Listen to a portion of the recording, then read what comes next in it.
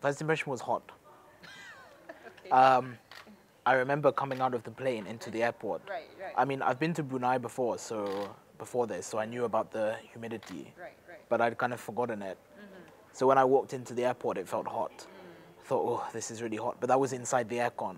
When I walked out of the airport into the sunlight, it was like a big hit of heat. So that was the first impression. Right, right. Like, what triggered that? What sparked that? I think it was coupled with a few things. I think maybe when we were in Tioman Island, one thing I quite liked about that was I didn't realize how much varied scenery there was in Malaysia. So I felt like 2 weeks wasn't enough. And then there was something about the atmosphere when we were in KL, when I was just going around, and I felt like I hadn't seen enough of it yet. So I thought, well, I wouldn't mind coming back here, and I wouldn't even mind trying living here. There was just that sort of pull. I guess it felt like the right thing to do would be to try and move here. Oh. I didn't move here straight. I came for 2 months Okay. and saw, then extended 2 months, and now it's been almost 4 years, so it came slowly. Because one question I get asked is, do you not feel like you're abandoning your own country? But I don't feel like it's the UK pushing me away. I feel like it's Malaysia pulling me here, if that makes sense. I guess one of the things that kind of gives Malaysia that atmosphere would be the food. It's something where I guess even after 4 years of being here, I still haven't tried everything. I still don't feel like I've got bored of the food. So what kind of local fare have you tried so far? I'd say I've definitely tried all of like the main popular dishes. You know, things that I guess Malaysia's famous for. I say I tried all of them. I've yet to try the specific foods for each part of the country. I think that is, to you, that is like the beauty of it, right? Yes. There is so much more for you to... Yeah, there is so much more. I mean, compared with the UK does have traditional foods, but food isn't as much a part of the culture, I guess, there. Just my opinion, you know, I think, yeah. No problem. I guess what I really want to try is I want to try more Sarawak and Sabah foods.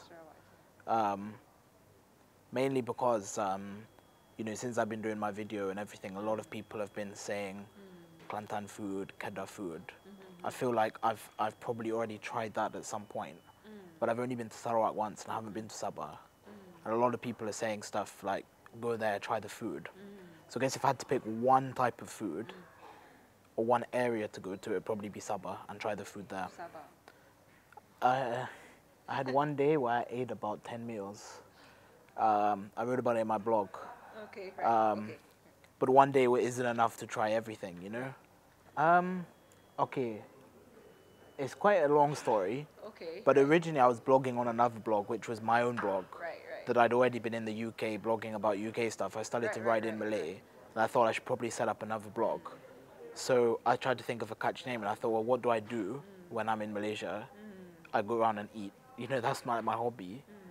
And then I remember the TV show, Jalan Cari Makan, so I thought, why not just change it to Mat Salleh Cari Makan? But then I found out that Cari Makan means, like, you know, trying to get money. Right, yes. But at this point, it was already popular, I already had the name, so yes. that's how the name came about, I mean, yeah. It's It was more for me just to practice writing in BM. right. You know, in the early days, I didn't have anyone read the blog. It was just sitting there empty. It was almost like a diary, Right. which is why I would just write about anything. Then when it started getting popular, you start to have people say, you need to write more about food. They gave ideas, and that's when it sort of became focused more on food, yeah.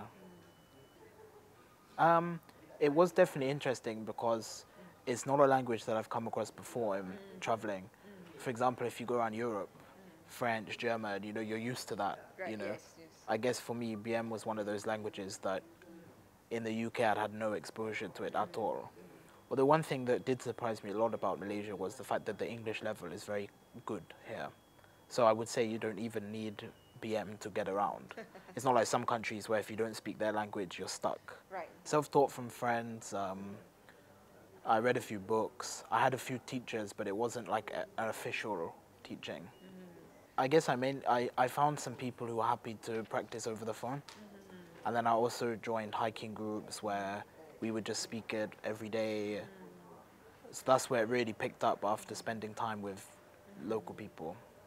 I have had comments when I go back to the UK that my English accent is quite lost. You might, I don't know if you don't have that English accent. when I actually, when I look back at videos of me when I was living in the UK, Right. I had quite a strong Londonish Right. accent. Whereas now, if I go back to London, people ask me where I'm from, and I say I'm from London. They go, well, your accent sounds like you're from South Africa or something, because it's Right. just Yeah. different, yeah.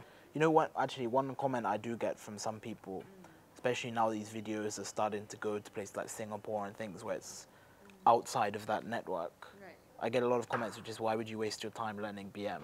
It's such a useless language. Oh. I get quite offended by that, because I think, well, there's no language in the world that's useless.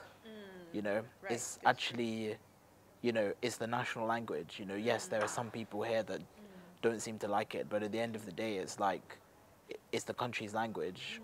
Being able to speak it is going to be a benefit. So yeah, I do get a little bit touchy when people say that it's a waste of time, you know? I would really like to stay here. You know, actually one of my biggest fears is one day I'll go to renew my visa and they'll say no. That's actually a big fear of mine, which is, if that happened, I feel like I would be very upset if that happened. Oh, okay. I don't think I'd take no for an answer. I'd find some way to stay. That's it. Obviously, all legal ways, you know, like, Yeah. I have to maybe make a point. You're like, come on, I love this country, you know? Yeah.